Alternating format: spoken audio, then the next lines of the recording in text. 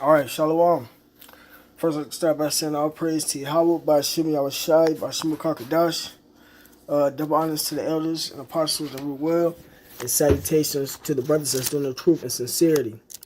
And I'm going to start this lesson off with this scripture right here.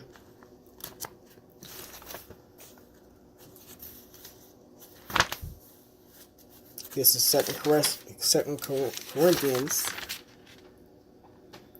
chapter 2, verse 11. Lest Satan should get an advantage of us, for we are not ignorant of his devices.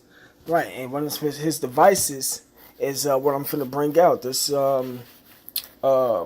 a clip from Alan Watt. As you can see, NFL is a waste of your time. Professional sports, bread, and circuses. And, bread and circuses was a means to keep the people distracted in Rome, from the politics and everything. The same thing they're doing today. Now, he's going in on the NFL, and as we can see, everybody is distracted by the sports and everything, but that isn't the only bread and circuses that America has going on right now, and that's being promoted in the news and, commercials and everything. But you got all types of festivities that's going on. It's just a lot of shit out here that's keeping the people asleep and distracted from the reality of America's going down. I just made a lesson on through the spinning party out by Shemal Shai on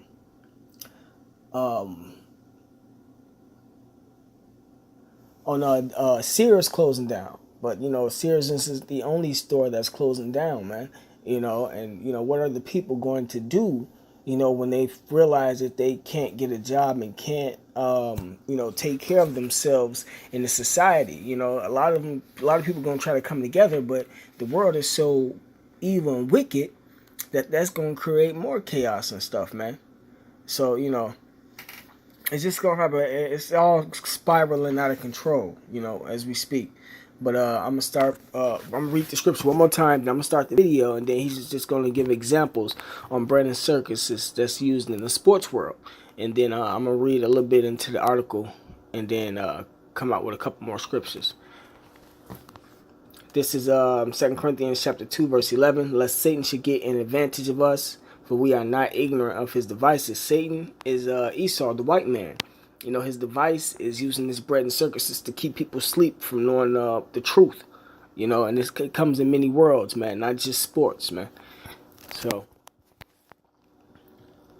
And as they've fixed our growth, our maturity, you're fixed about the age of 15 for the rest of your life. That's how it seems. I'm not kidding either. That's how people are fixed. The guys are the same. Sports. Till the day they die, they're watching sports.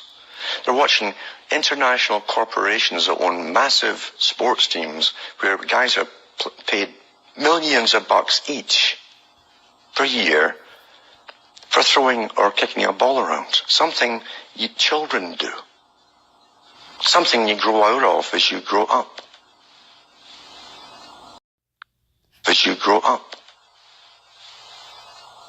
And they knew they'd do this because H.G. Wells talked about it a long time ago.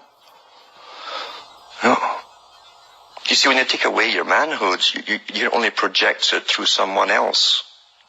Someone else who pretends at a weekend to be your tribe and is fighting someone else. Because in your own life, you have no power at all. And you're putting on that fat gut with all the fast food you eat and the booze you drink. But there you are. Suddenly you see yourself as a warrior for the weekend. What a joke. Everyone. Yeah, this culture that we live in was created for us, by Esau and stuff. That's why everybody getting entangled in with all this bread and circuses and NFL and all that stuff, man. But not to mention the food that we're eating, just as a side note, also the food that we're eating and stuff, when you go to these events and you eat their food, all the food is GMO based and defiled, man. So they're killing you mentally, and they're killing you physically, so to speak. They're breaking you all the way down, man. But that's why the scriptures say, knowledge and wisdom shall be the stability of thy times. Because the only thing that's going to save you is knowing the truth. And knowing is knowing the truth. So this is Isaiah chapter 33, verse 6. It says, and wisdom and knowledge shall be the stability of thy times, and strength of salvation. The fear of the Lord is his treasure, right? And the fear of the Lord is to keep his laws, statutes, and commandments.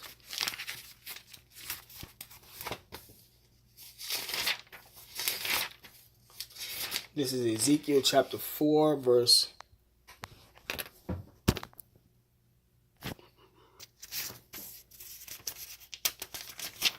This is Ezekiel chapter 4, verse 13. It says, and the Lord said, even thus shall the children of Israel, the Black Steins, Native Americans, because they partake in these events, man. Shall the children of Israel eat their defiled bread among the Gentiles, whither I will drive them, right? And we over here in America eating this BS, man. You know, and not only in America, Israel everywhere eating these GMO foods, partaking in this BS. You know, they don't have their own mind. They don't have a sense of who they are, you know. Because at one point in time, the truth wasn't here, but now it is.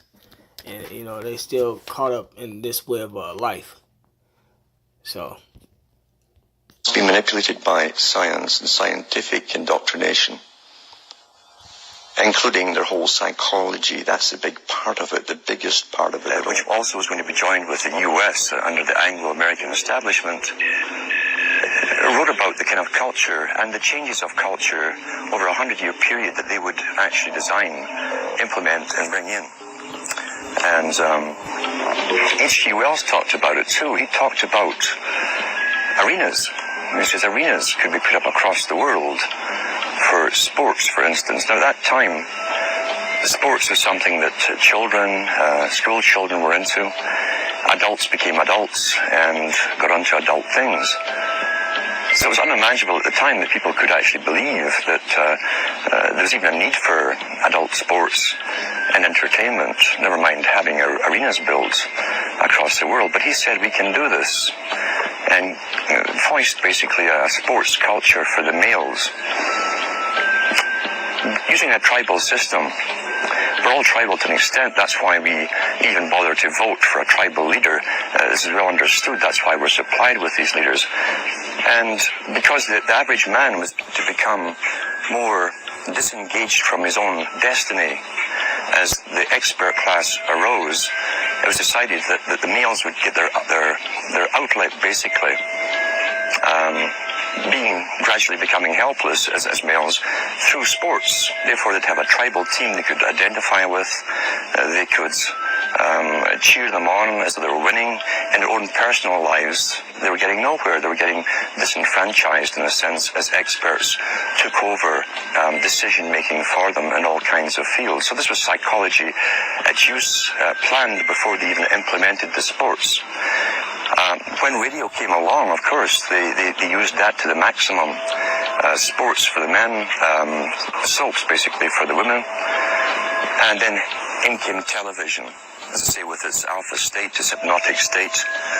And sure enough, around the 1960s, really, 50s and 60s, it took off. It really, really took off. And men became glued on Saturday nights to the sports shows. A culture industry, which is called by its own the culture industry. The Soviet Union had a department called the culture industry. Their actors and directors were called the cultural leaders. Right. Like I said,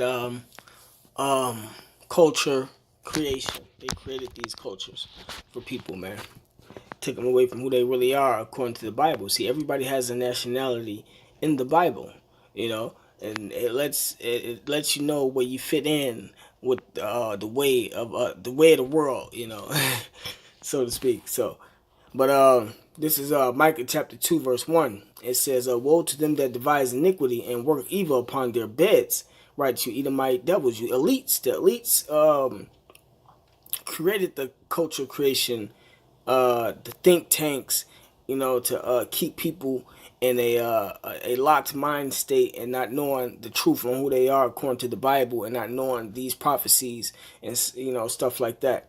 It says when the morning is light, they practice it because it is in the power of their hand, right? And they had the money to do all this. So destruction unto your elites, man.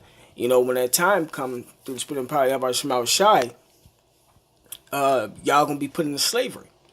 Yeah, you elites, you Rothschilds, you Rockefellers, all you trillionaires and 100 billionaires, man. Those that the Lord have escaped the coming destruction are going to be put in captivity, and be slaves, and y'all children's, and all of that.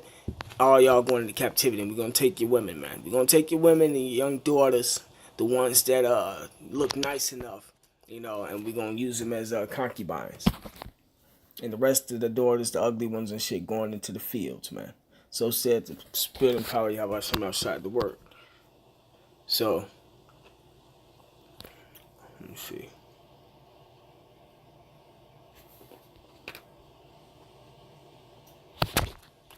Alright. Because they would, like a computer, people are like computers. All you have to do is keep giving them new updates every so often, and you can change an entire country or a nation or a block of nations. We're all getting the same upgrades at the same time along certain paths. Today we call it political correctness. Most people want to belong to their peer group. They want to be the same as everyone else when it comes to opinions. In fact, they judge their own personal sanity by bouncing ideas off their neighbors and friends who will answer back and agree on these same topics in kind. It doesn't matter if the topics or what you're given are facts or utter nonsense, as long as everyone agrees at the same time. You'll say, well, I'm sane, and your friends will all agree because they've had the same information given to them. Right. So, now I'm going to bring out this article. Alright, this is the bread and circuses on the Wikipedia. I'm going to just read into it,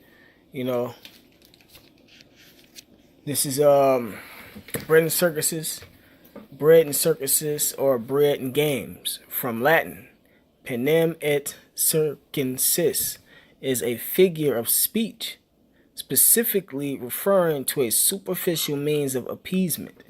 As a metonymic, the phrase originated by Juvenal, a Roman poet active in the late 1st and early 2nd century AD, and metonymic is just a figure of speech, if I'm not mistaken. Yeah, it's a figure of speech in which a thing or concept is referred to by the name of something closely associated with that thing or concept. Okay, it says, as a metonymic, the phrase originated by Juvenal, a Roman poet active in the late 1st and early 2nd century AD, and is used commonly in cultural, particularly political contexts. It says, in a political context, the phrase means to generate public approval, not by excellence in public service or public policy, but by diversion, distraction, or by satisfying the most immediate or base requirements of a populace, by offering a palliative, for example, food or entertainment. Circuses, right? And one of the main things they got going on right now is, as far as in Milwaukee, is Summerfest. People go to Summerfest and pass right by the camp and don't come hit a word, man. They distracted, I mean, it's okay to go if during the time we living in, man. If you need to make extra cash and stuff, you can go, or you just want to chill out, you can go. But the work comes first. This knowledge comes first before anything. It says, in a political context, the phrase means to generate public approval. Okay, I'm done with that part. Let me see.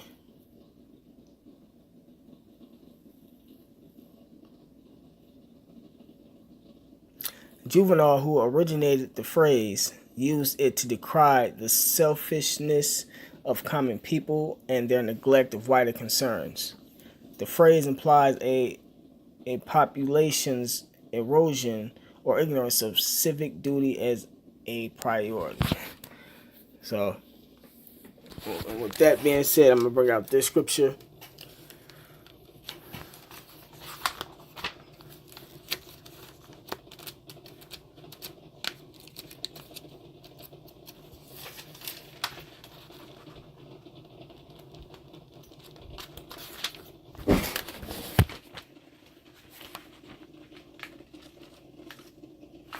This is Ecclesiastes chapter 10, verse 6. Folly is set in great dignity, and the rich sit in no place, right? So people rather folly than pay attention to political concerns. It says, I have seen servants upon horses and princes walking as servants upon the earth, right? Because we are this day in our captivity. The servants represents these Edomite devils. They're riding horses, they in a position of power now, and princes walking as servants upon the earth, right? So, we are in our captivity, so that's why this stuff is happening, man. But our captivity will be turned, man. So, let me see.